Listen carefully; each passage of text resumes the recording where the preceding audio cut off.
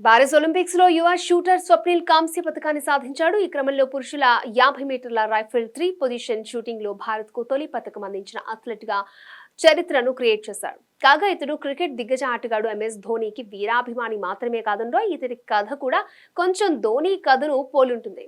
ధోనిలానే స్వప్నిల్ కూడా రైల్వేలో పనిచేస్తున్నాడు. మహారాష్ట్రలోని కొల్హాపూర్ జిల్లాలోని కంబల్వాడి అనే చిన్న గ్రామం నుంచి వచ్చాడు స్వప్నల్. అతని తండ్రి సోదరుడు టీచర్స్, తల్లి గ్రామ సర్పంచ్.